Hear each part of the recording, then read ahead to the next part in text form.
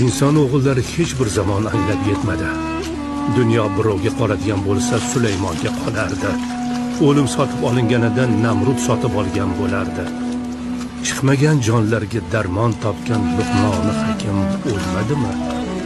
Shuning uchun biz hech qachon qo'rqmadik. Umidimiz doim Allohdan edi.